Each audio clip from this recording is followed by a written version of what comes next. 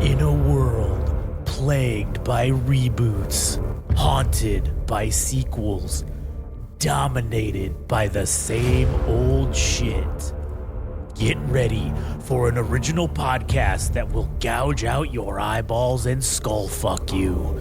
Starring Ginger Josh, Adam the Hare, and introducing the immortal Frank. Hold on to your butts. It's the Game Rage Movies TV Podcast.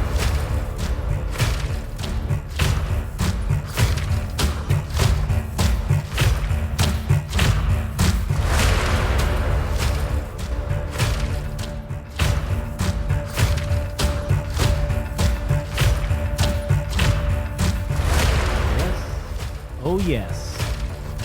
That is correct.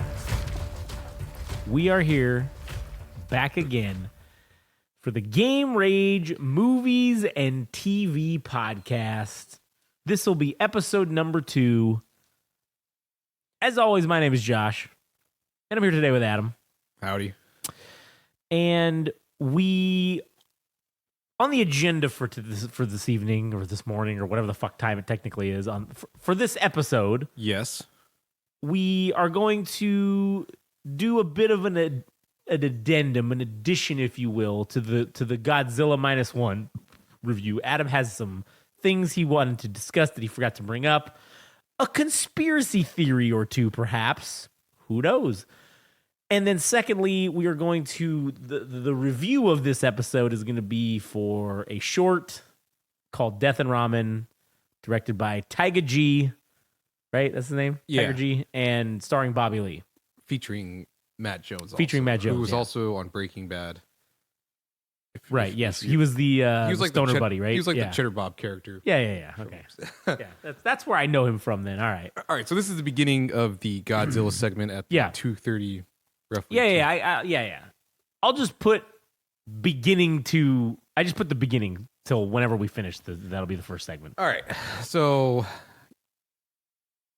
2 days after the fact, or roughly a day and a half after seeing Godzilla, Yeah. still think it's a great movie. Yeah. I still have high praises for it. Agreed. But there were some things I left on the table from the first episode of Yeah. the Movie and TV's podcast. So one of the things that happens, just to point out as well, that this is spoilers. If you haven't seen the movie, please go see it. I don't want to ruin it for you, so just Yeah. Just don't listen then. And or if you're chilling and you want to be quick and you want to hear, you can look in the timestamp on the episode of the chapters, and you could just be able to click the next chapter and it'll take you straight to us talking about Death and Ramen. Right. So you can pause it or skip to the next chapter, pause it, and then watch Death and Ramen. It's only 15 minutes. yes, And then you can listen along with that. yes. But anyways, okay, so go ahead back to so we gave you the warning. I don't want to hear no bullshit right. about we can spoiler alert. Yeah, we're saying that. Spoiler alert, motherfucker. Spoiler alert. All right. So, anyways, go ahead, Adam. You were Godzilla Minus One. yes. So one of the scenes you see, well, in a number of cases, Godzilla displays his power with the death ray. Right. And in one scene in particular, I think it's when they're actually in Tokyo, you see Godzilla doing the death ray, and his skin kind of disintegrates a little bit. Yes. Did you pay attention to Yes, that? I did notice that. One of the things I was going to tell, or I was going to say, but I totally fucking forgot about, is that there was one time when he was in the ocean when he did it. And it was when it was like firing up. And when he opened his mouth, you could see when it was starting to come out, you could see it disintegrating the inside of his fucking mouth. Yeah. And I think the reason for that is because it's so powerful that it technically, I think, kills him every time he uses it. But because of his regeneration ability, obviously he just doesn't actually die. But it would kill any other being that would try to use it, or Right. that could use it, I guess. Right. So I think this is something that's been alluded to in previous Godzilla films. Yes. Is that Godzilla's existence is pain. Every time he evolves, it's painful, and like when he thrashes around, it's like, fuck. You bastards. He's like a Meeseeks. He's like, right, yeah. Existence is pain. Yeah. So I don't know. That was just kind of a minor thing that I was paying attention to. Also, now that we mentioned the death ray thing, the very last one that he was doing, I don't know if he put more mustard on it, but he it looked like he dislocated his jaw like a snake. Right. And I'm like, oh fuck, it looked kind of scary, but yeah, when it comes to the last third of the movie, when they're having the battle in the ocean, he looks more unhinged. As I was saying before, the death ray, he really puts it. He really puts solid effort into it. So the last thing I quickly wanted to mention was the end sequence of the movie with Noriko having some kind of stain on her neck. Oh, yes. That's another thing that I fucking noticed that I was going to tell you about. I totally fucking forgot. And I forgot to bring it was like crawling up her neck. Yeah.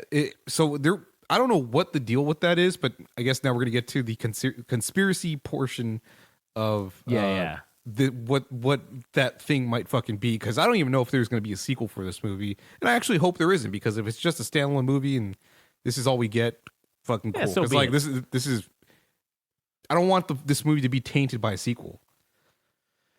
Yeah, I think I agree with you. Anyways, talking about the end of the movie. So she says to Shikishima, "Is your war over?" And seemingly so. The next sequence shows her with some kind of mark on her neck, and then also Gojira is also alive. Yes, well, it's like a black stain or ink that's like moving up through her skin is what it looks like. Right. And then if you look at the Gojira heart that's left, because that's what's left at the end of it. It's some kind of body part or something. Well, I think it's the heart. I think it's his heart, because it starts beating. And then everything starts regenerating around him. So I think that this is Godzilla. Somehow, since she survived, I have a feeling that the reason she survived is because somehow Godzilla or some piece of Godzilla came off and got in her and transferred his healing ability to her. That's the only fucking thing. The only way she could logically have survived. Yeah, that was basically my conclusion for that little thing she has on her neck at the end of the film. Is I can't explain how she was able to maybe get this power that we're speculating on, this healing factor or whatever. Because then it wouldn't make, because there would have to be some weird something that happened, because everybody else that got blown away could have got the same power too then, theoretically. Yeah. But I think there must be something, maybe it's going to be, and I guarantee you there will be a sequel for this. I don't know if it'll be a direct sequel in terms of these same people are going to be in it. It will likely maybe be the same Godzilla in there. Yes, it's going to be the same Godzilla, but it's going to be maybe these people's, maybe Shikishima and Noriko's descendants that potentially have this ability. This ability will get likely transferred down the line. And that's an interesting thread, because then if you could have a human that has Godzilla powers or some sort of essence of Godzilla, not that the human could fight Godzilla, obviously, but maybe could help Godzilla destroy the fucking world and become the bad guy with him, potentially. Like have a telekinetic link or whatever. Whatever this thing is, it gives them a link. Yeah, and then their benefit is, now they heal. They're basically unkillable. Their body will regenerate. But and then, they have whatever other powers you want to fucking have that Godzilla has. And then, but in return, you're like the eyes and ears of Godzilla. into the human world. Or it just allows this connected person to have a dialogue with Godzilla, saying maybe like, talk to "Hey, him. Hey man, why you fucking us up? yeah," and You then go pick on somebody else for once. Fuck, why you gotta fuck with Japan? yeah, or she'll illustrate that there's been the humans have been doing research. Now that we know of your presence, we have discovered that there are many others. Oh, and then they're saying that there is a foretold legend or whatever that there is a superior to you, possibly, and you can use our help to survive this battle that's supposed to happen. It could be King Ghidorah or some bullshit. Yeah, but true. But basically, it's you just have some kind of psychic link between Godzilla and this person because of this radiation. But also, yeah, we're talking about the. Because I was just trying to think, I'm like, how the fuck did this bitch survive? If she got blasted away by the concussive force of the death ray, literally to be yeeted across from essentially a nuclear blast. That's essentially what it is. Mm-hmm. To have been then yeeted across essentially the cityscape. Yeah, you would have to. It would be insta death. But that explains it. Is because there's Godzilla's healing ability was somehow transferred to her. And there, like I said, I think that it would be cool if there was, like you said, some sort of telekinetic link between this person and Godzilla. And then that's how because they did make mention, they were very fucking clear to say that they believed Godzilla was very territorial. And that's why they were doing that thing with the speaker. Right. And they were like blasting Godzilla's own call or whatever. Because they thought, oh, maybe it'll fucking think that there's another one, and then he'll want to fuck it up, so then it'll distract him to follow this thing or whatever. So, if Godzilla learns that there are other monsters, that would be motive for him to go and destroy them. Because hey, you're in my hood, bitch. What colors you wearing? You're wearing the wrong colors, son. And then Godzilla goes and does a drive-by on him and takes him down with his heat ray or whatever, or whatever other powers they're gonna give Godzilla in the next movies. And then this does set up for this essentially to be a trilogy, which I think the next movie will be Godzilla fighting some other monster. And then the third movie is going to be the Japanese doing Mecha Godzilla. Or the human equivalent of fighting a Godzilla. We're going to fight it with technology. I hope not. I agree. I hope not, because again, we've already seen that. And I would hope that they maybe just pick something else. Just go a different route with it. I do think there will be a sequel, though, 100%. I think this movie, Godzilla Minus One, I don't know what the sequel to it is. Godzilla Zero. Godzilla Zero, maybe. Godzilla Prime, I don't know. Yeah. Fucking whatever you want to call it. I do think that a direct sequel immediately following the events is a bad idea. I think going back to the World War II time frame is a bad idea. Godzilla's dead. It needs to take him like 20 or 30 years before he regenerates from just being a heart. I think that's what it takes. And then I think you maybe pick back up again in the 70s or 80s. And that's where Godzilla, like this next one happens. And it's maybe Noriko is alive as an old lady. And then maybe it's like her daughter or like her actual blood descendant also has this ability or something similar that was passed down. I don't know. Yeah, it could be something as simple as even just her thing tips her off that Godzilla's back. Yes. As like a conduit, a conduit or something. That could be it. As simple as that she's now the radar for Godzilla when it's something like that. But yeah, dude, I mean, shit. Getting back to like the Noriko thing. And I don't know if this is a stretch if I'm really reaching out on this, but something as simple as the dialogue saying that she must survive. Yeah. I don't know if that makes me believe that Noriko is some kind of, I don't want to say it's like she's a superhuman, but maybe the radiation activated some kind of gene within her to have this mutation or whatever because again, she survived and she all she came away with was Maybe she had her head bandaged. I imagine she has some kind of concussion. I hope. I mean, for the sake of realistic, minimally, that's what she's got. She had a broken arm for sure. Oh yeah, but her surviving like Godzilla. Do you remember the dialogue she said? Somebody told her that they have to carry on because if Japan is going to get out of this, they need everybody or something along those lines. Right, something to that effect. So much like Godzilla, who is basically indestructible, the humans have to have a undying, unwavering spirit to survive the aftermath of World War II. Right. So I don't know. I don't really know what to make of that mark that she had. Nonetheless, this is all speculation, but again, if you were to speculate anything, my best guess is that whatever mutation she has or whatever mark she has gave her some kind of healing ability, and that's more or less what I wanted to bring up. But also, I think one thing I forgot to mention was, and I think I talked about it briefly, but the music of the film, there are very few instances where you could say the music matches up with specific scenes of a movie. Yeah.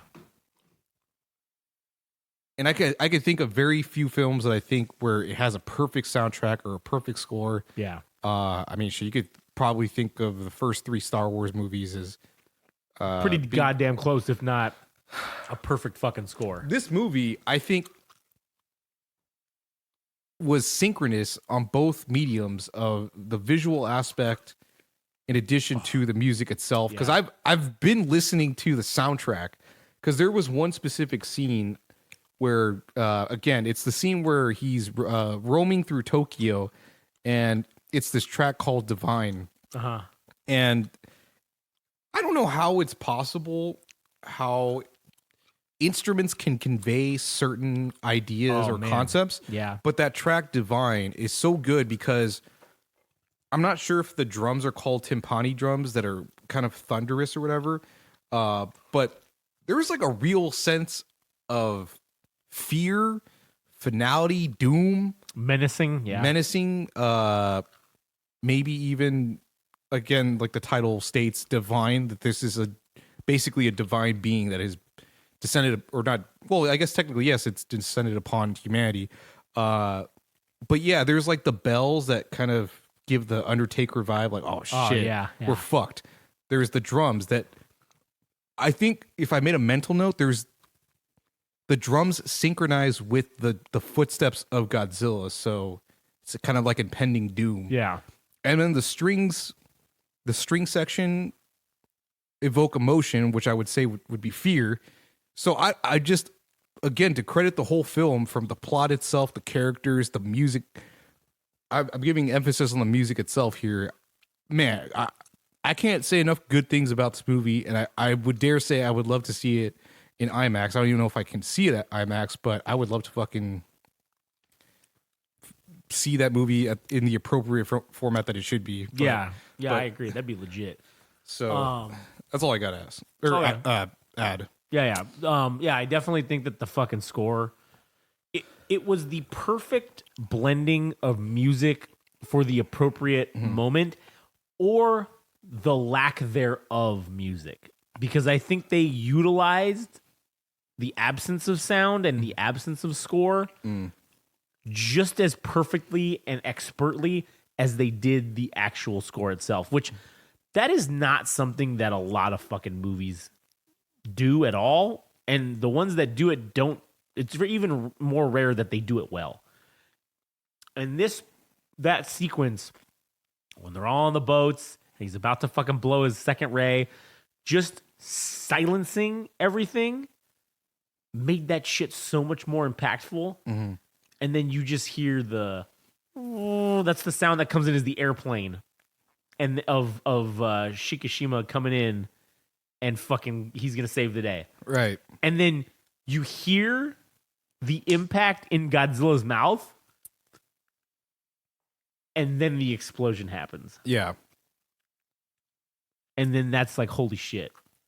That was a holy shit moment right there. Yeah. So perfectly fucking executed. And I think There are parts of the soundtrack that are original because it was made by this person named Naoki Sato, but it takes. There are parts of the original soundtrack or score of Godzilla from the original film, the 1954 film that were made. I think it's made by this guy named Akira Ifukube. Okay. Who made the bum bum bum bum, but he also made the other parts of the soundtrack, and that's incorporated in what these songs are called. They're suites. So this person Naoki Sato made it as a suite. So there's parts from the original soundtrack that are kind of they mesh into each other. Yeah. And but yeah, I mean, even the original score, like the original songs that were made specifically for this movie, that song "Divine," I'm pretty sure is like original, straight up original. That I'm listening to that like pretty. Damn, I didn't think about that. I should probably listen to the score and just give it a fucking listen because it was so good. I imagine just listening to it will be even better. Yeah. But if anything, again, just talking about the movie, there's a number of things I could highlight about it, and you just wanted to share my thoughts on a theory about the woman with the mark, and of course talk about the music, and I think that more or less wraps up the Godzilla portion. Yeah. The addendum, if you will. Yes. Yeah, I agree. I don't have anything else more to say about that. So if you have, opinions about what we say, let us know. Anyways, okay, so now let's get on to the main event, the big draw, if you will. And that's going to be Death and Ramen. Yes. It's a movie, short film, starring Bobby Lee, Nathan Jones, right? Matt Jones. Matt Jones. Sorry, goddamn, I can't fucking. Matt Jones, who you may know from Breaking Bad as I forgot the character's name, but he was one of Jesse's friends, the tall white one. Yeah, he's like the stoner one. Yeah. So, sorry, my throat had a weird fucking dry spot in it. But, anyways, so it's only like a 15-minute long short. Got selected to a bunch of independent film festivals and short film festivals and all this stuff. Yes. So, Tiger G, this is like his first thing, right? I think so, yeah. And to give a brief bit of lore, this guy wrote this script, and apparently he was watching the Tiger Belly podcast and thought, I don't remember what specific episode it was, but it had Bobby Lee showing emotion, I think crying for some reason. And I guess since that moment, he believed that for this specific script that Bobby Lee would be... He was the guy. He was the person. So if you're not familiar with Bobby Lee is a comedian, and I can't say I know what his career was like before Mad TV, but that's how I came to know of him. Yeah, was through Mad TV for the number of characters that he did, and I think here's my theory of why he did this role for somebody that he has no connection with. Right. It's somebody that's not even in the movie industry itself, completely independent. So I was watching this the Tiger Belly podcast, episode 300, because I'm not sure if this was the specific podcast where Tiger G was inspired to have Bobby Lee as part of the cast, but this particular episode was number 300. It was a Hallmark episode, and it featured Stephen Yeun from The Walking Dead, and one of the A24 films, I forget what it's called, and I guess a buddy of his named David Cho. All of them are respectively Korean. Okay. But the thing that was interesting about this episode is how much they credit Bobby Lee as being an inspiration for South Korean actors or just anybody that's in the entertainment industry itself. Yeah. And they were talking about Mad TV, one of his earliest works on television. And they basically bowed down to him, saying that if anybody had a chance at being an actor as a South Korean, that this guy is probably responsible and maybe not even getting the credit that he deserves. Or he's got to be at least one of the people that was an important precursor for what would come for South Korean actors and stuff. So Right, yeah. it was kind of cool to hear that. And my reason for believing that Bobby Lee ended up doing this short film with somebody that is basically a complete nobody Yeah. is because of the fact that he opens up on this same podcast episode that his trials and tribulations of working through the entertainment industry were basically, I mean, it was a difficult path for him. I mean, even on Mad TV, it was made known that he wasn't wanted on the program Yeah. by the producers. For him to go on to other television programs or even movies, he didn't feel as though he had jumped through enough hurdles or jumped through enough hoops, or that's how they made him feel that way. Yeah. So for somebody like Tiger G to come along and say that this guy is the perfect person for the lead role of this movie, I think he gave him the opportunity to do this because of the way he had been treated in the past, and Yeah. that's why we saw it come to fruition. So basically, you're saying that you think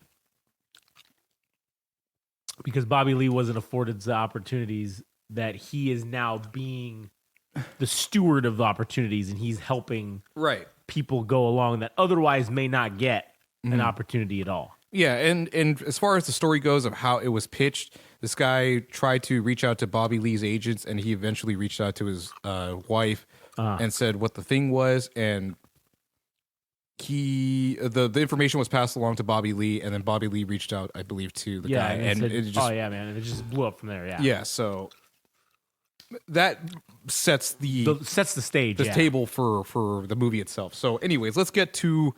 So that the 21-minute mark was, I think, the introduction. Yeah. Just this whole little lore exposition, and then Right. now 27 is the beginning of Yeah, our reviews. of, Yeah. of the reviews. Yeah, So, why don't you go ahead and tell me what you have taken away from this short film? yeah, okay. So, just to recap the events that happened, in case you haven't fucking seen it. Basically, it opens up on Bobby Lee. He's standing there, he's staring himself in the mirror, looks distraught and disheveled, takes a shit ton of pills and puts them in his hand, and he just slams them, right? Starts chewing them. Ambien, I think, is what it was supposed to be. That's what he said. So he's killing himself. That's how this movie starts.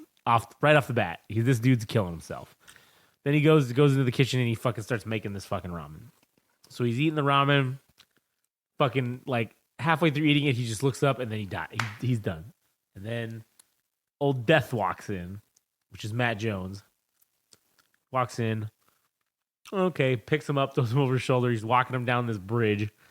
And Bobby Lee wakes up and he drops him. And it's funny because he's like, oh, what? You dropped me. You bastard. Like, he's like, what the hell? And he's like, yeah, I did drop you. And so then basically they have this exchange back and forth. He's like, hey, man, you're dead. I'm Death. I'm here to fucking pick you up.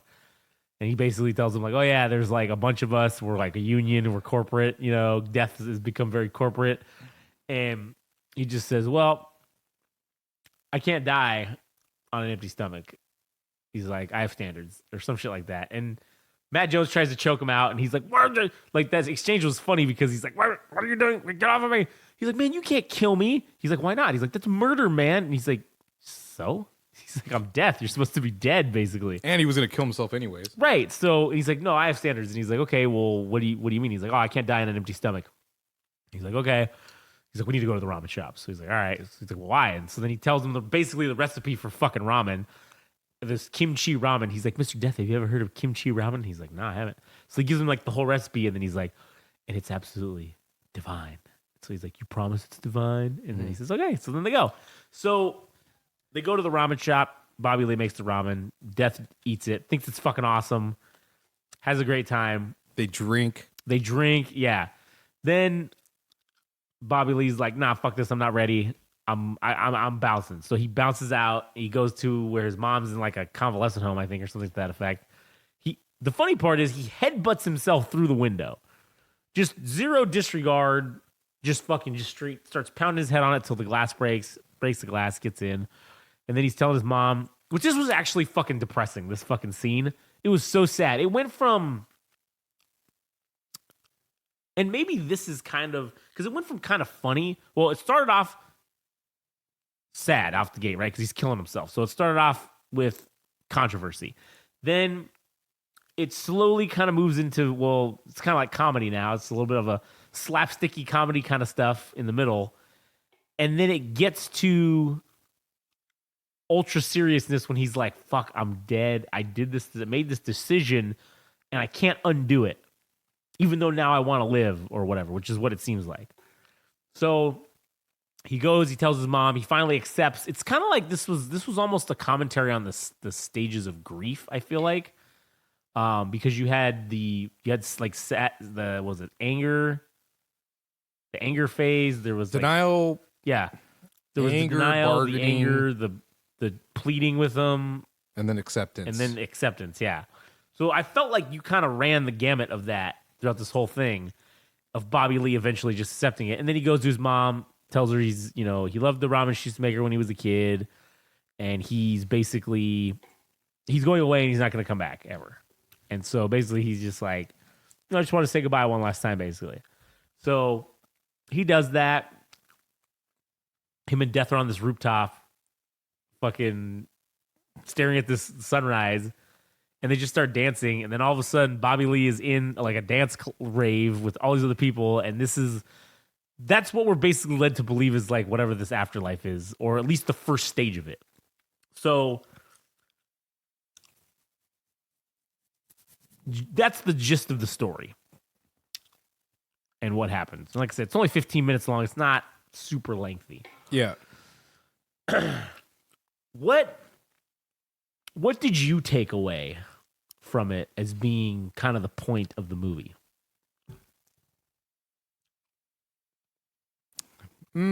If anything, I guess.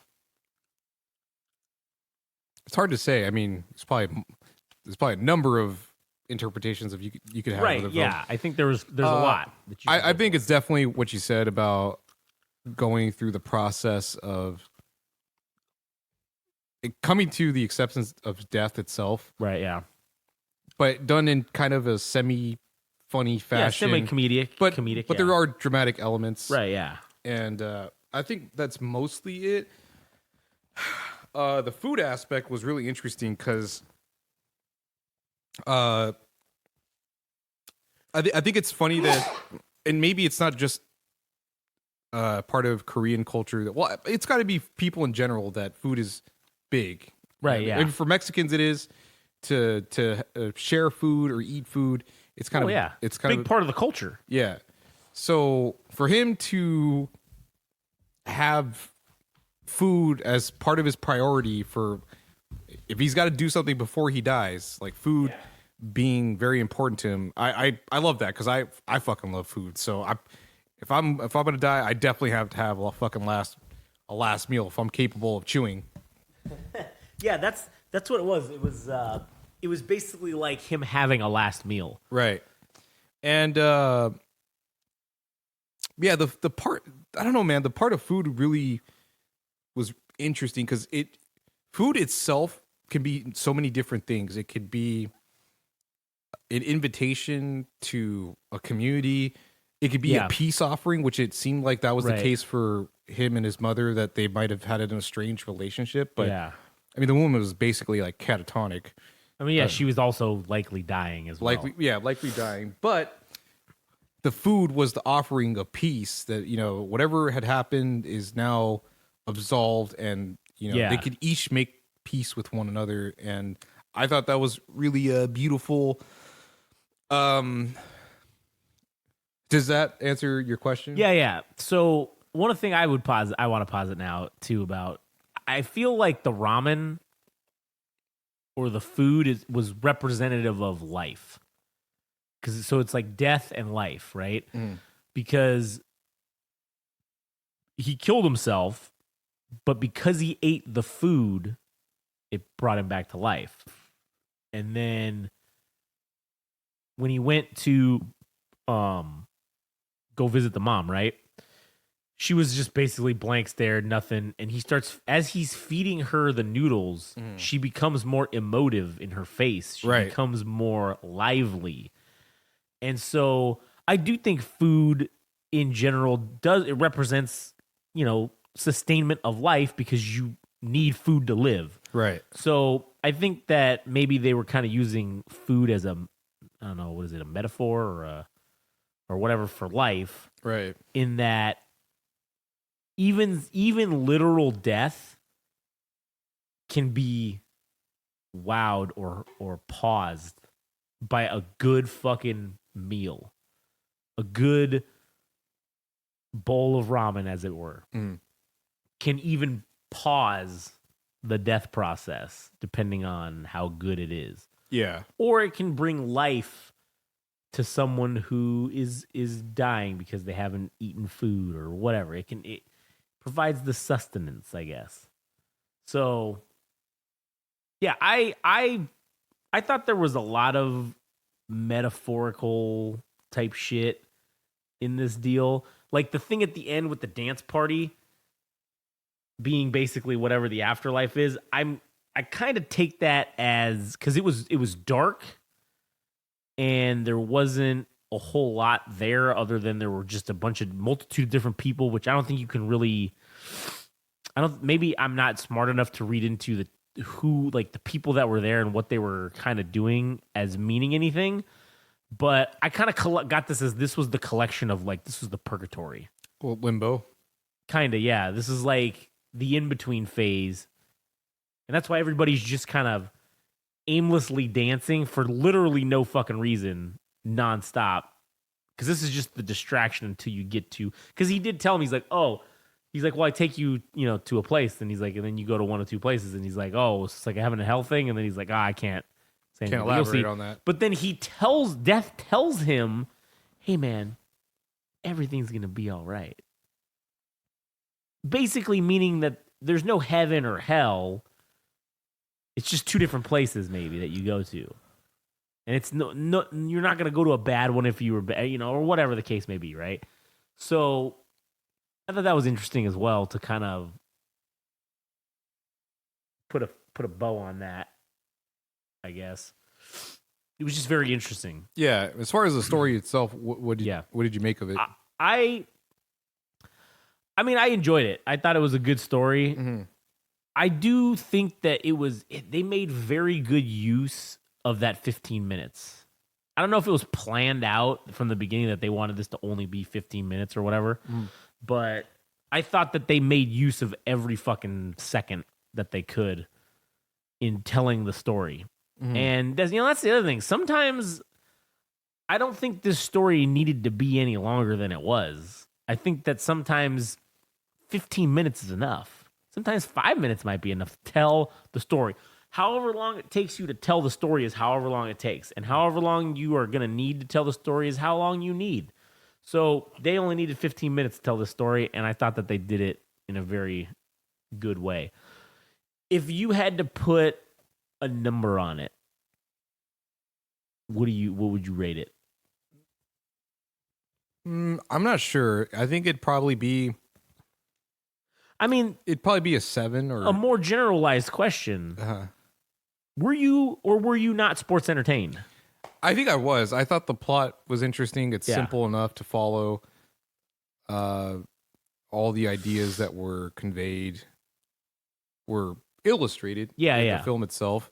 I like the little details, especially when they're eating the ramen or making the ramen at not Death itself, but Bobby Lee, being the ramen chef that he is cooking up this meal, and he's finding out what's your deal, and talking about Death as being a business.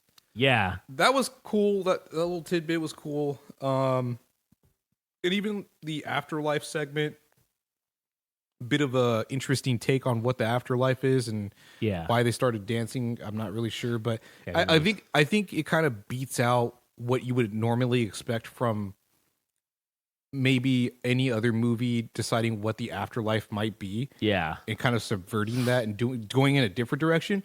True. I think it gets the cheap... I don't want to say it's a cheap pop, but it gets the pop. No. So I give it bonus points for that. Yeah. Was it interesting? Yeah. Shit. It was interesting, but it didn't blow me away or anything. No, they're not... they weren't fucking hitting a grand slam with this one. They weren't going for any crazy harsh topics or anything. Yeah. Yeah, they were. It's basically a commentary on life and death, is what it seems like. Yeah. And I think it did its job. I would give it probably like between a 7 and a 7.5. I think it did its job. It did it well enough that it conveyed, okay, I got the point, I feel like, of what it is. And who knows, maybe I'm fucking off base and we're wrong on what the meaning behind this is, but I feel like it's pretty straightforward. I don't think that there's a lot of hidden meaning in this. If something happens a certain way, it's because it happened that certain way. You know what I'm saying? It happened that way. As far as like if I had to critique some things I didn't like, it was the some of the scenes, the camera work was not that good, or at least I didn't like the way the sequences lined up. Is when they're on the bridge and they're talking, and they're one of them is doing one line, and then another one is doing another line, and the camera would quick cut to the next person. So it was you're flopping right. in between. And I'm like, why didn't they just have it as one shot? Have them both in the frame. Yeah, and just then have they're talking to each other. Yeah, or whatever. Or you have maybe another angle where it's over the shoulder of death, right? Yeah, facing Bobby Lee, and then invert that. Yeah, and let it play out for 3 to 5 seconds. But there were scenes where it was only a second between each of them, and I didn't really enjoy. And you know, that's interesting you say that too, because I noticed that. And one of the things, again, to go back to wrestling, camera work in wrestling, it's very good when they do it well. If you don't capture that angle long enough, or you capture it too long, it ruins the fucking moment. Yeah. And I do think that, and I don't know, because I'm not a cinematographer, and I mean, listen, I guess I'm an amateur fucking enthusiast or whatever you want to call it for film and movies, but we're just giving our casual opinion. Right, yeah, but like I don't know why they chose to do that quick thing, but it did. It was almost a little bit kind of distracting. You're just like, just put it over the shoulder, or have them both just be in the frame and then just let it play out and then see what happens, you know? Yeah, give it 5 seconds for one person. Right, yeah. and then they can go flippity flop that way, but give them 5 or 6 seconds and then let it move on. Or if you want to find out what their emotions are between the dialogue exchange, you fucking have them in one shot, and it's the side shot, so you can see everything. But I didn't really particularly enjoy that. I mean, for the most part, I think the camera work is decent. You got like the nice B shots of the food. I'm trying to think of other the food itself, the ramen bowl itself. Yeah. This movie did make me want ramen. Yeah. I'm not gonna lie. Yeah. It triggered something in my brain to where I was like, dude, I want fucking ramen. Yeah. And this is gonna be where it's kind of weird.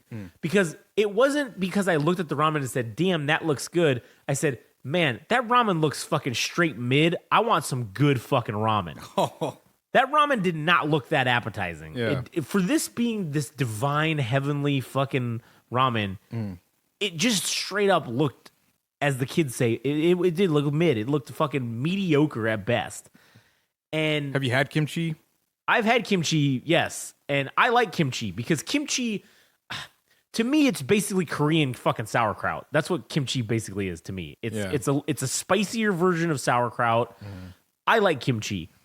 Kimchi ramen, I don't think I've had straight up kimchi ramen before, but I've had ramen and I've had kimchi. So sure, I'm sure it's delicious together.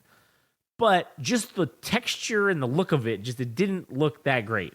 It didn't look like, oh man, this is fucking hella good. Which again, maybe it might be the lighting. It could be the lighting, but I think they did a great job selling the ramen though. I mean, these guys are both actors. They're professional actors. So yes, of course, they can sell. And they sold this ramen as being fucking delicious. Yeah. That's probably also why I really want ramen. And I think that maybe next week we should go get ramen. That sounds like a plan. Because I really want some. And I think there is a ramen place around here by us. And if you have watched this movie, after you watch it, I'm telling you, you're going to want to fucking eat ramen. Mhm. And I'd be curious to know if people agreed with me because I thought it looked weak and that's what made me It want some looked good ramen. weak. Yeah. Or if they're just like, oh man, that ramen looks so good and I want some. Right. Yeah. Because listen, I don't eat ramen all the time. It's not an everyday fucking occurrence for me. I mean, granted, this looked better than top ramen for sure, Yeah. but I don't know. But I also liked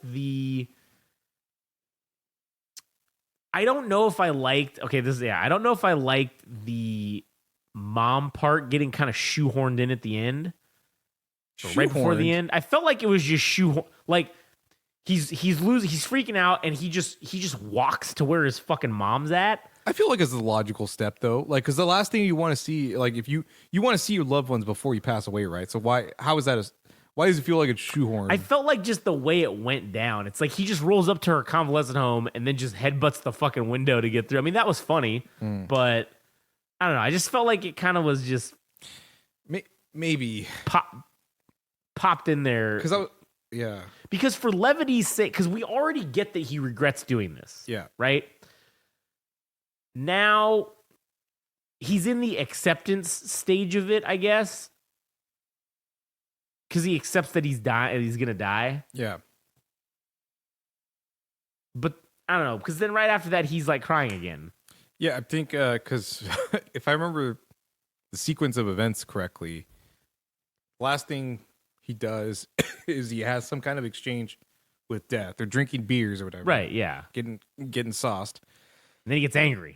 He gets angry because he basically tells him, it's like, don't worry about it. I know you've had a hard life. And that's what kind of triggers him or whatever, is that he's like, what the I think what it really came down to for that scene is him saying, like, what the fuck do you know about my You life? don't know shit about me. Yeah, you don't, if you don't know what my life is like. Yeah.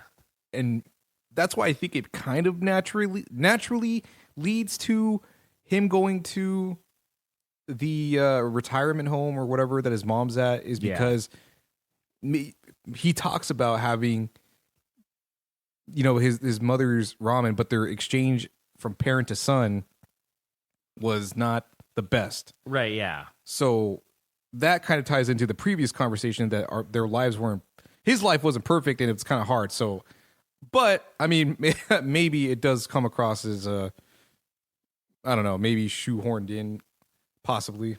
I don't know. I felt like it was maybe a little unnecessary. I mean, I get where he was going with it. I get that he was trying to show the regret, and this is him saying goodbye, Right. for the last time. Hey, you're not gonna see me again. I'm going away. Let me tell you this story about when I was a kid, real quick, and then you were always angry, and then you were an asshole, and then now I'm here feeding you ramen right before I die. Yeah. So revitalizing your life. And maybe that's also what it was a metaphor for, because I feel like with the life and him feeding her and then her becoming more emotive, maybe his death is the thing that brings her out of her catatonic state, gives her one more shot at life for a few years before she then goes and dies. Yeah. Perhaps. I don't know. As far as the kind of like the hallmark moments, I think I liked the whole exchange between Death and Timmy, or as Bobby Lee's character is named. The exchange between them as he's making the food and also the drinking, I thought it was cool because it gave like some exposition, and the scene with his mother and him, I think, was probably another one of the better scenes. Although I don't like how the dialogue. I didn't like some of the so this is where I knock, in addition to some of the camera work, I knock this film on some of the dialogue, as it didn't feel like a genuine conversation. It was the part where he's talking to his mother and saying, "Oh, you were so angry, and I didn't. Yeah, that was no good. I didn't really like. That didn't come across natural. Yeah, maybe that's why I don't like that scene, because it didn't feel like it came across as natural. That particular piece of dialogue I did not like, but him talking about like, oh, do you remember making me food and all that felt all right. And then there was part, in as much as I liked the scene with the kitchen and stuff, he said some lines that I didn't like the way they were delivered. But if I had to credit Bobby Lee for one of the better scenes that he had a good exchange was when he tells him, "Oh, you'll be all right.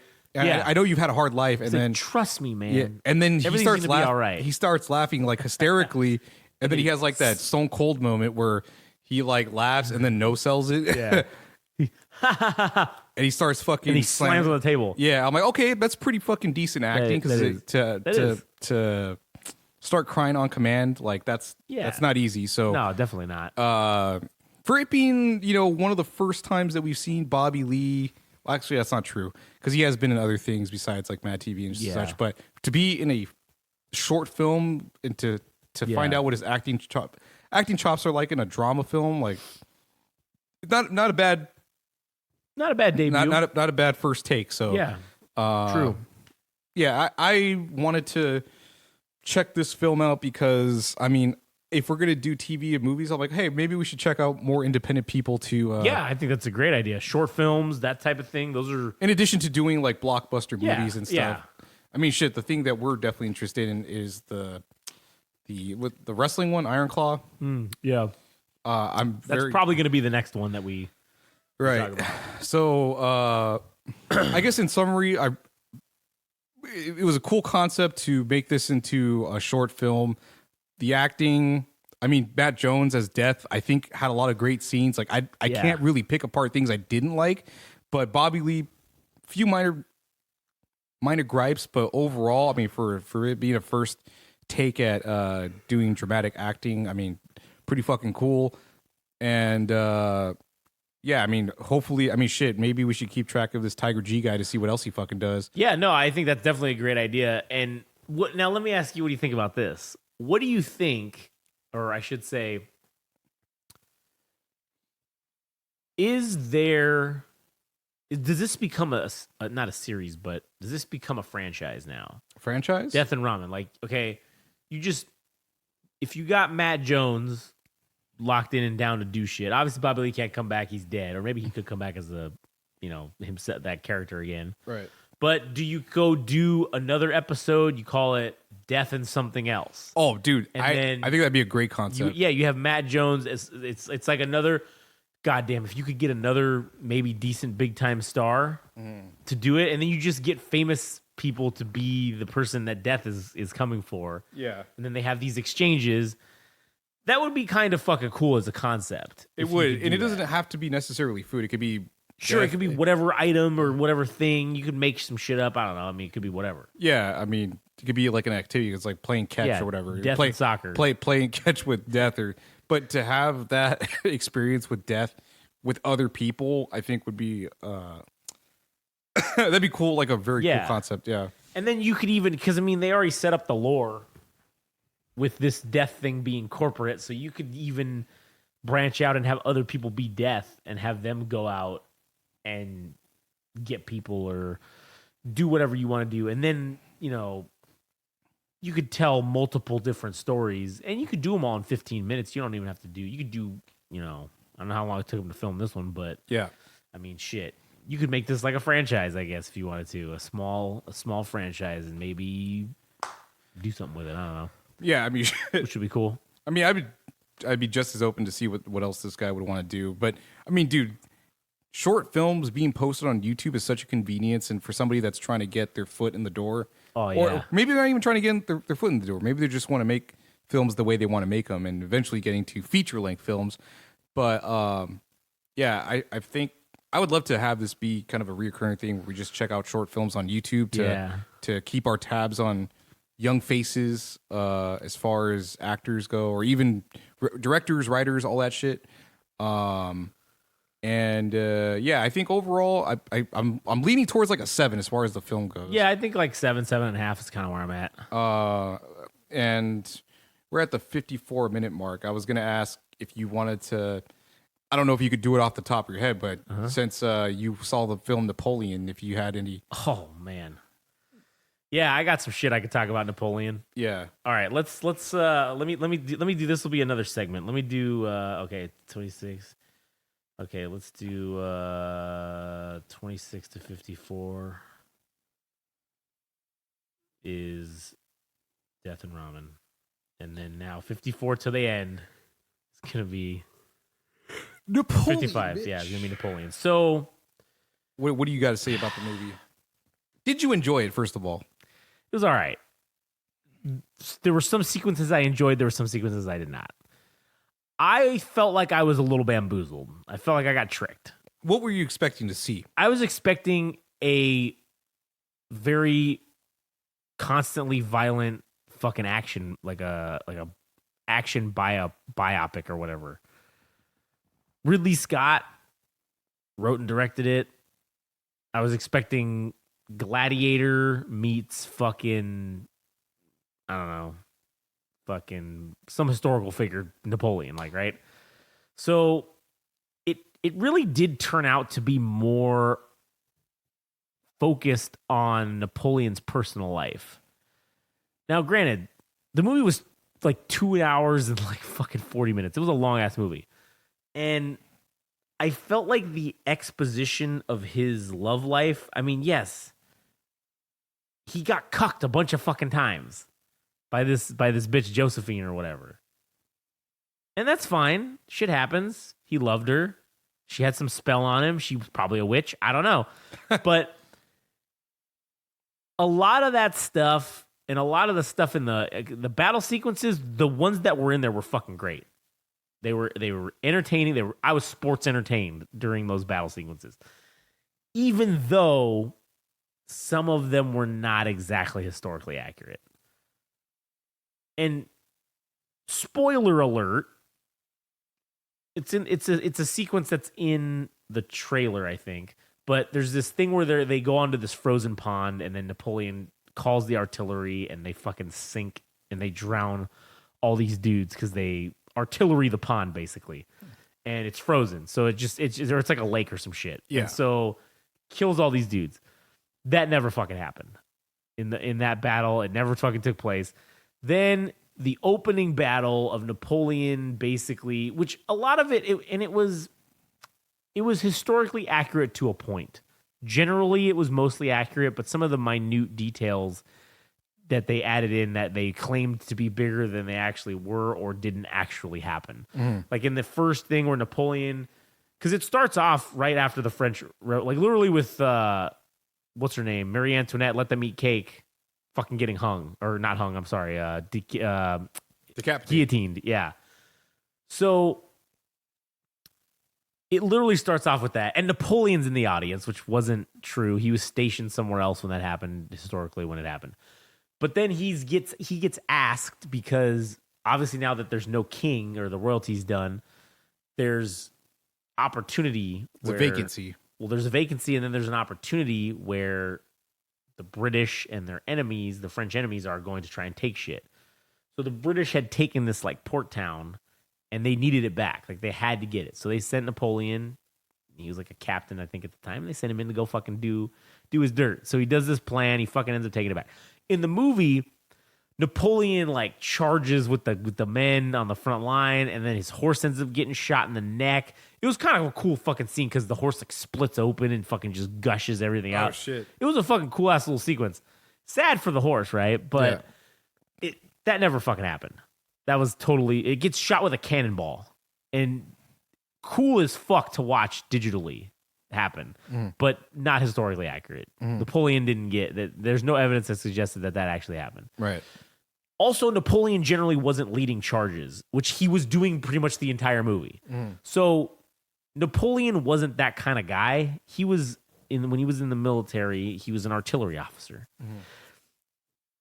Also, just to comment on the French Revolution in general, it's funny to see it go from let them eat cake, fuck the royalty, behead them all, to, hey, wait a minute, this new guy, Robespierre, that we fucking put in charge, he's trying to become royalty again. Fuck this guy, behead him. To then, oh, hey, Napoleon's here? Cool, let's make him emperor. Yeah. Like, what the fuck, guys? And another thing about the movie that I didn't like was the pacing. The pacing was fucking weird. You'd have these really intense action sequences and they'd be cool. and then you'd go to a fuck scene, which again, I think there were too many fuck scenes in this movie. Yeah. And they weren't even good either. The fuck scene, there were no titties, no ass. Because again, if you're gonna fuck around in a movie and you're gonna put a fuck scene in, at least show me some big ass titties, or at least show me some ass, show me some bush. I don't care. Game of Thrones, this shit. If you're gonna do it, hell, I might have even been satisfied by seeing a dick. All right, but I got nothing, and they were the sequences. There was multiple, and they were all literally Napoleon walking behind her, lifting up her skirt in a doggy style position, and him thrusting like 6 times vigorously, her being completely unsatisfied, and then him just going, "Oh, was that the best for you? Because that was the best for me." That's it. That was all the fuck scenes happened every single time. Yeah. And I was not sports entertained by the fucking fuck scenes. I was very upset. Yeah. And I went to go see the movie with my dad. And granted, my dad's old, but it's not weird to see weird shit like that with him. I think it's funny. But I just, after like the third one, I was like, is this a fucking softcore porn movie? Or did we come see Napoleon? Because Jesus Christ, why are there so much fucking going on here? Yeah. Especially for a guy that has probably seen a number of battles, like why not concentrate on that? Yeah. And they really played out Napoleon to be like a sexual deviant. Okay. Like a cuck and a deviant for sure. Mm-hmm. And I don't know that he was generally that. So anyways, so the movie, the battle sequences, 9 out of 10. The rest of the movie, butt cheeks, 1 out of 10. So in all, overall, it gets like a 5. It gets a 5, yeah. So there were criticisms about the movie being somewhat comedic, even though it wasn't intentionally. Yeah. What do you have to say about that? Oh yeah, there were a lot of unintentionally fucking funny scenes. Like, okay, so and Joaquin Phoenix is straight laced fucking playing Napoleon. All right, that's the sad part. That is the sad part. Is that he's portraying Napoleon as a serious actor, right? There's okay, and then again, this sequence I didn't even see a reason for it. So when they're in Egypt, okay, which there are debates, and historically, Napoleon never. They show them like shooting at the pyramids and shit. Napoleon, I don't think he ever actually was near the fucking pyramids of Giza. However, and he definitely didn't shoot at them with artillery. But there's a sequence when they take over part of Egypt where they find a sarcophagus, and I don't know who. They don't explain who the fuck it's supposed to be, but Napoleon looks at the sarcophagus. Obviously, he's short, so he has to stand up on a stool to like see face to face with this fucking this mummy. And he's just standing there staring at it, and he just keeps getting close and keeps getting close. And then it like settles or it moves, and he just goes, oh, like it freaks him the fuck out. And he's just hilarious, fucking hilarious. Not intended to be a comedic scene, but hilarious. A scene that I found hilarious is when they do this thing where Napoleon and it's like his brother and then some other dude become like this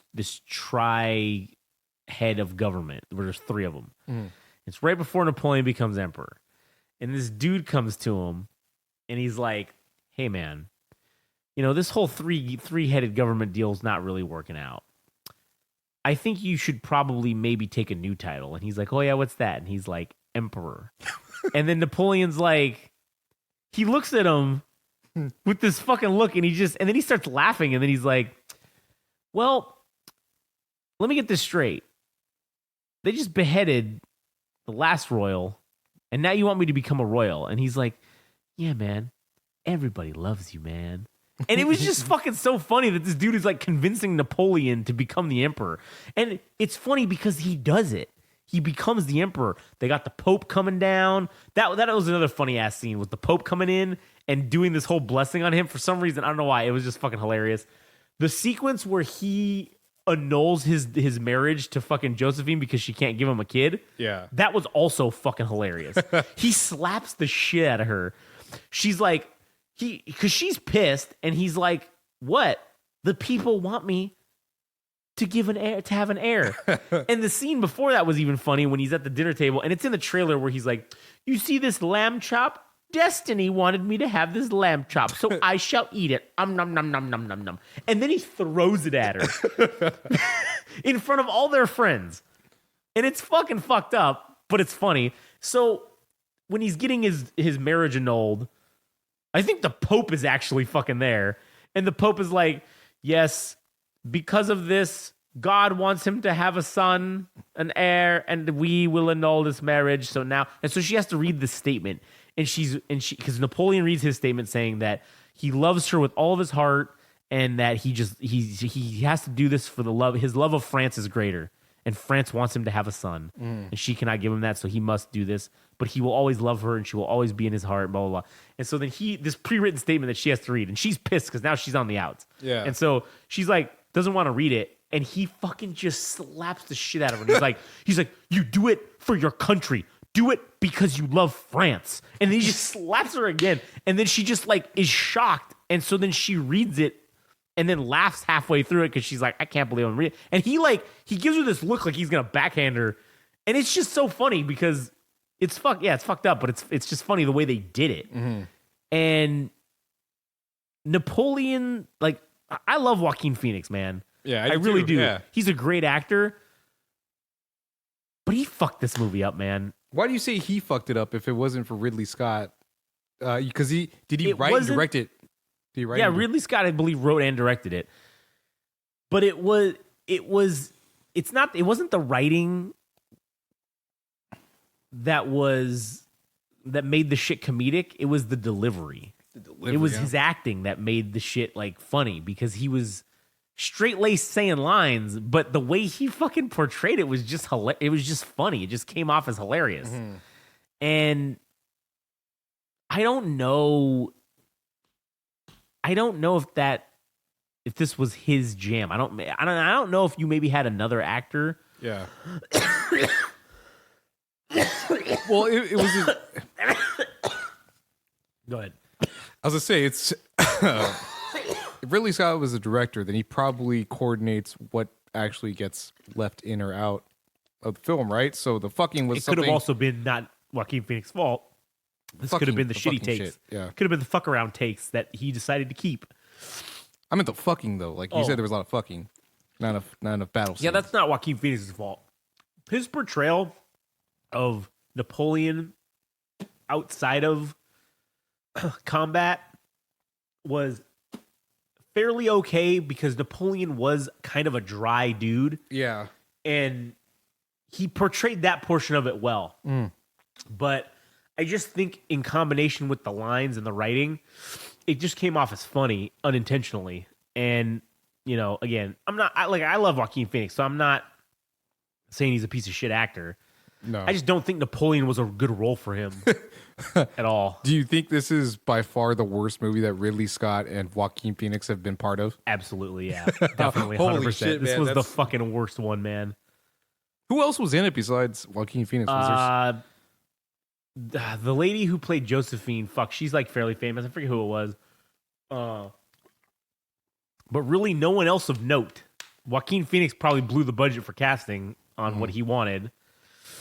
And I don't think he will be winning any fucking awards for this movie. Oh, shit. Yeah, At least I would hope not. I don't imagine you would, but I mean, this being the blemish in Joaquin Phoenix's career and Ridley Scott's. Right. And now it does, because Gladiator 2 is the next movie coming out for Ridley Scott.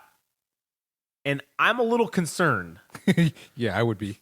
Because I don't know if maybe just biopics aren't Ridley Scott's jam. And why do you say biopics? Isn't that what it's called? It's a biopic? Biopic? It's a biopic. It's a biopic. It's all a one biography word. pic? I don't know. Whatever. Anyways, I don't know if biographical movies are his jam. I think that, and I don't think Joaquin Phoenix is his jam either. Yeah, he ain't I mean, shit, dude. Daniel Day-Lewis, that's the guy you want to get. Yeah, dude. Fucking Abraham Lincoln, Gangs of New York, fucking a myriad of Last of the Mohicans. Yeah, fucking all those biographical, historically accurate fucking films, that's the dude. They should have probably called him to see if he wanted to be fucking Napoleon. And I think this might have turned out much differently because he is so dedicated to telling historically accurate shit. I think he would have fought Ridley Scott on some of this bullshit that they put in there. Yeah. And I think he would have fucking won. I think Yeah. he would have won for the sake of the movie. Yeah. And the movie probably would have turned out better. But like I said, I am concerned for Gladiator 2. It is a sequel to arguably one of Ridley Scott's best movies. But it's not what's his name's character, not Joaquin Phoenix's character, but Russell Crowe's, I forgot, is it Maximus? Yeah, I think it's like his I don't know, it's someone else. So it's not him because he's fucking dead. Yeah, he's dead. They're all dead, yeah. So I don't know. I mean, what other story could you tell? I think the synopsis that I read is it's a similar story, except it's not somebody who came from being a general to then being a general gladiator. It's like a guy who's like at the bottom of the barrel gladiator, and then he becomes like a famous fucking something. So I don't know. I think that some of the people from the last one are in it, like some of the other guys who were maybe like the slave masters or the gladiator masters or some shit like that, or they were involved in something like that. So I think those guys are in it. But do you think that's a precursor? Well, actually, no, that's not. It wouldn't be precursor because Joaquin Phoenix was fucking in Gladiator itself. I was saying, do you think Joaquin Phoenix was going to be in this movie? Because now that they were, because you've seen that with Christopher Nolan, where he starts working with like he always works with that guy that played the Scarecrow, and he also played Oppenheimer. Oh, yeah. I know you're talking about. I forgot his name. He was in Peaky Blinders. Peaky Blinders, right? I just call him Peaky Blinders. Yeah, fuck me. I'm forgetting his name. Let me look it up in the meantime. Oh Jesus! I think it's Cillian Murphy. Cillian Murphy, right? Yeah, there you go. So fucking pulled that out of nowhere. Jesus Christ. Yeah, Christopher Nolan always works with a certain group of people, right? Yeah. I imagine that's the case for a lot of directors, where they have their people that they want to work with, or maybe they add on somebody else. But Ridley Scott working with Joaquin Phoenix is a guarantee. Well, shit, maybe not, because this is a sequel and it's not directly tied to. Yeah, and I hope that this movie was not the beginning of the downward trend for both of those guys' careers. And with Gladiator 2 coming out, fuck, man. I feel like Gladiator 2 is going to be terrible. I hope it's not, but I just think that that's the movie that didn't need a sequel. Yeah, if you're talking, if you're going to talk about sequels, man, I don't know what is going to come of this, if it means anything, but the Joker follow-up movie, it's said to be a musical. It's a musical, so that feels like something out of Joaquin Phoenix's range because that involves dancing and singing, right? So it was cute. It was cute in the first movie, right? For him to do, but not a whole fucking movie of it. No. That's going to be terrible. Unless it's just one of those things that this movie is going to be. This movie is just going to be like a super surreal film that maybe it's not really grounded in reality at all. Like the musical is just I don't know what the fuck I don't know what you do with that. But in any case, I mean, shit. I'm probably gonna watch it because I just want to see what happens. I'm not even interested in musicals. Neither am I. I hate music. I'm not. Well, I mean, some musicals are all right. Yeah. But okay, is there any upcoming or movies that are coming out that you really are looking forward to seeing? Shit. I mean, that Iron Claw. Yeah, Iron Claw, obviously. For whatever reason, I do like Willy Wonka, so I maybe want to see that prequel movie. I like that Dune Kid.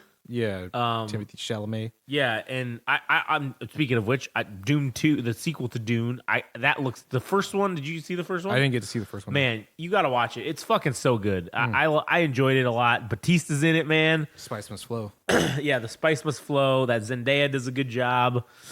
I mean, Poe Dameron's in it. Fuck, there's a lot of Oscar Isaac? Yeah, he's that kid's dad. Oh, is he? Okay. Yeah, and man, there's a fuck ton of actors. Jason Momoa's in it. Oh, right, yeah. Fucking, this is an anthology, right? It's gonna be like 7 movies. Some shit like that. I don't know. What's his name? Fucking Thanos. What the fuck's that guy's name? Oh, Josh Brolin. He's Brolin. also in it, man. It's like this is a stellar fucking cast, and it's only bodes well. Fucking what's his name? Jacques, the dude from God damn it, No Country for Old Men. He's in it too. Fucking Javier Bardem? Yeah, he's also in it as well. What the fuck does he play? He plays the head of the Sand People. Oh, nice. So yeah, like that's fucking cool as shit. So do you think everybody took a pay cut in this movie so that they could just be a part of it? I think HBO actually fucking made it, and they've got HBO Max money. So I don't think they gave. I think they paid Got every everybody. penny. I think they paid everybody the rate that they fucking get that they want. Oh yeah. that's Plus, the end of it. they're probably all part of the Actors Guild, Screen Actors Guild. Oh yeah, and they're all famous stars, so they're getting whatever they want to get. The guaranteed money. Yeah. There's a certain level of what you. And so here's the other thing. Well, I mean, fuck. I don't want to spoil it for you if you plan on watching it, but a lot of them die in the movie. The big star people. Yeah. So if you blow your nut and you spend a bunch on them to build it up to get people hyped about this movie, and then you just have nobody's be in the sequels, you're good to go. I mean, you're golden. So it's you're front loading the money basically. True. So you're paying for the faces. Yeah. I mean, hopefully the role is important. It It's is. not- Yeah, It's pivotal to the definitely. movie. Yeah. But you're not just paying them to guarantee that the movie has a draw because of said actors. Right, yes. And then once you get people invested in the story, even though they're gone, they're still going to stick around and come out. That's what I think. This is also kind of hard to say because it's like Dune basically inspired the sci-fi genre itself, yeah. largely. So it's like, I guess I was curious to find out if people were willing, because you know that guy Jonah Hill, when they made The Wolf on Wall Street, right. I think he basically took the minimum or no money at all to Work with Leonardo DiCaprio, yeah. and Martin Scorsese. Right, yeah. So I wonder if this was the case where they're like, yeah, oh maybe. fuck, I want to be in this movie because fuck, Just give me the minimum, This yeah. is gonna be one of those historical Yeah, franchises that everybody wants to be a part of. And True. so I And don't know. yeah. I can't think of any movies at the moment for the future, but For me, Yeah. there is one that I want to see that I think just came out on Netflix, and it's that fucking Rebel Moon or whatever. Rebel Moon. Okay. Which is the it's hold on, let me be sure. I don't know why I'm confusing fucking names right now, but Rebel Moon. yeah, Rebel Moon. It's the what's his name? He was supposed to do Zack Snyder. Yeah, it's the Zack Snyder, because he got screwed out of doing one of the Star Wars movies, so he said, "Fine, I'll go make my own Star Wars, with Blackjack and Hookers." movie, yeah. And he did. This is what he did, and he wrote it, and he shopped it to Netflix, and Netflix bought it and let him and paid him to make it. So, everybody is saying that this is fucking supposedly really good. I'm not sure. Some of the other people are saying that it's garbage. I think Rotten Tomatoes. I mean, the audience gave it a 75, and the critics gave it a 23. So this is just the first part. I guess this is going to be a multi-part movie, but also apparently it looks really good. The special effects are fucking amazing in this, as I've been told. But I don't know.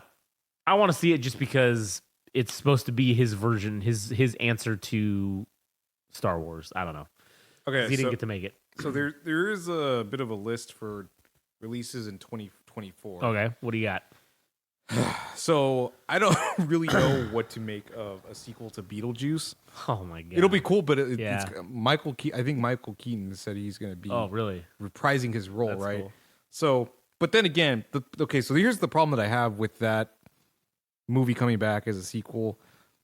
So back then, Tim Burton was working with a budget, right? Right. At this point, he's a blockbuster filmmaker. Yeah, there is no budget So out of his range. that means that some of the charm is going to be lost from his previous movie because like the that's set true. pieces that they would make, all the shit that he would do, there was a charm to it. Now it's like the movie, or rather, the Alice in Wonderland shit. That was all done 3D, Right, and yeah. like that was.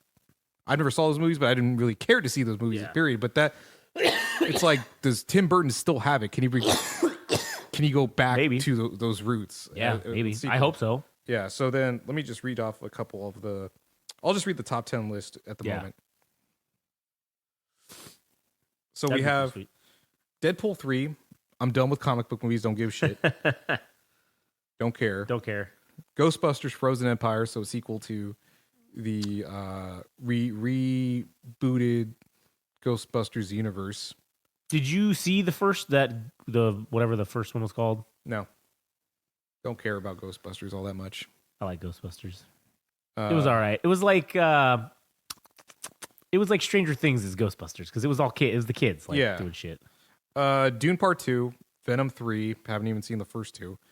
Despicable Me 4, don't care. Oh, Chloe will like to see that. I'm definitely gonna probably be seeing that. So Inside Out 2, which is like the Pixar movie about. this is the top 10 of shit coming out next year. Yes, this is from Fandango talking Fucking Fandango. This is corporate garbage. This is horse shit. Yeah. Okay, this one I didn't see coming. Lord of the Rings: The War of Rohirrim. Wait, what? Yeah, there's there's some kind of Lord of the Rings movie. You think this is because they made that series on Amazon and they saw it was popular and they're like, fuck it, let's make a movie. Peter Jackson's like, He's like, you fuck guys. that noise. Yeah, you guys, Yeah. I need to make a movie. Fuck this. How do you pronounce this? Rohirrim? Rohirrim? Yeah, I don't know. Rohirrim? Rohirrim? Gladiator 2 is on the list. Okay. And A Quiet Place Day 1. I don't even know what the fuck that is.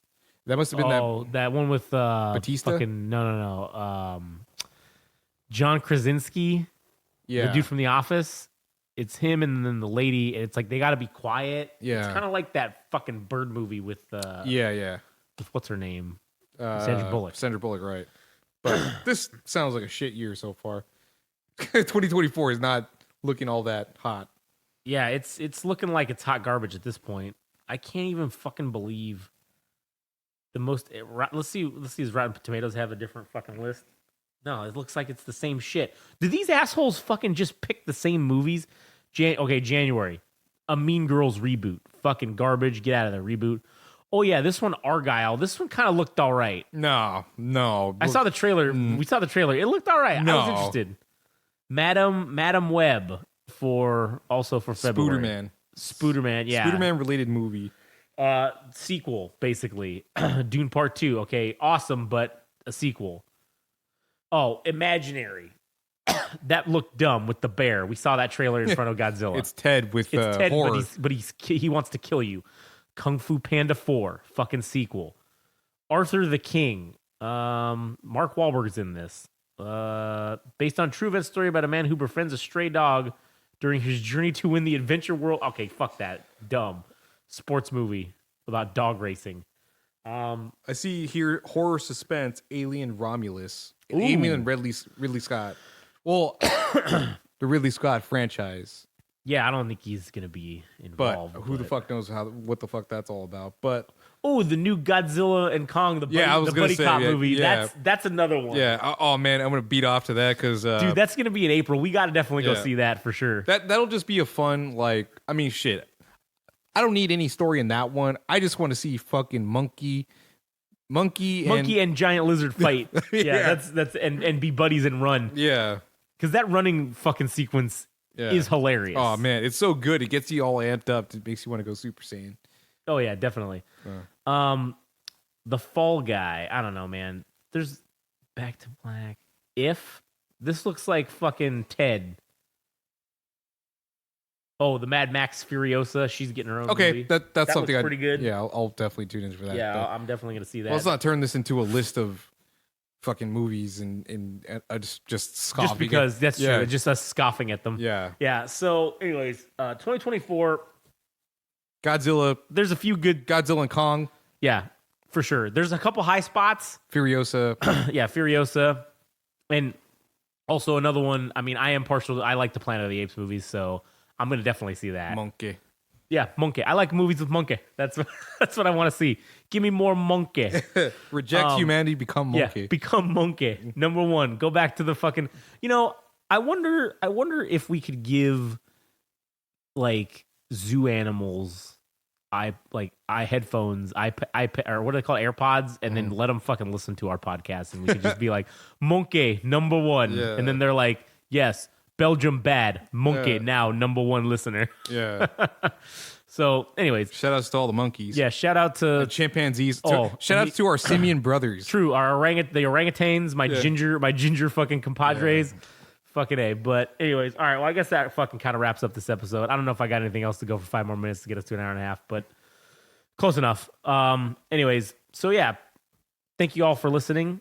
And if you would be so kind as to, oh shit, I clicked the wrong button, as to go ahead and follow us on all the bullshit and, listen to the next one. The next one will probably be when we go see the Iron Claw movie. That'll probably be episode number 3. So stay tuned for that, and I guess that'll probably be a crossover with the wrestling one, but whatever, who gives a fuck? We're going to talk about that movie and likely how it relates to wrestling, and if you like wrestling and wrestling-ish movies, you'll probably enjoy it. So anyways, thanks for listening, and catch you on the next one. Oh, hey there, buddy. It's me, 1930s announcer guy, here to congratulate you on making it through this episode. As our heroes are getting in their jalopies and riding off into the literal sunset, they wanted me to tell you thanks for listening to their radio broadcast, and should you be so kind as to follow them on some fancy schmancy radio station publication called Instagram and TikTok at Game Range Magazine, and on some other thing called Twitter/X at Game Range Mag. Also, they wanted me to inform you and ask if you could be so kind again as to visit something called a website at www.GameRageMagazine.com. I don't know what that is, buddy, but you should probably go do those things. And, don't forget to tune in next time to the Game Rage Movies and TV radio broadcast.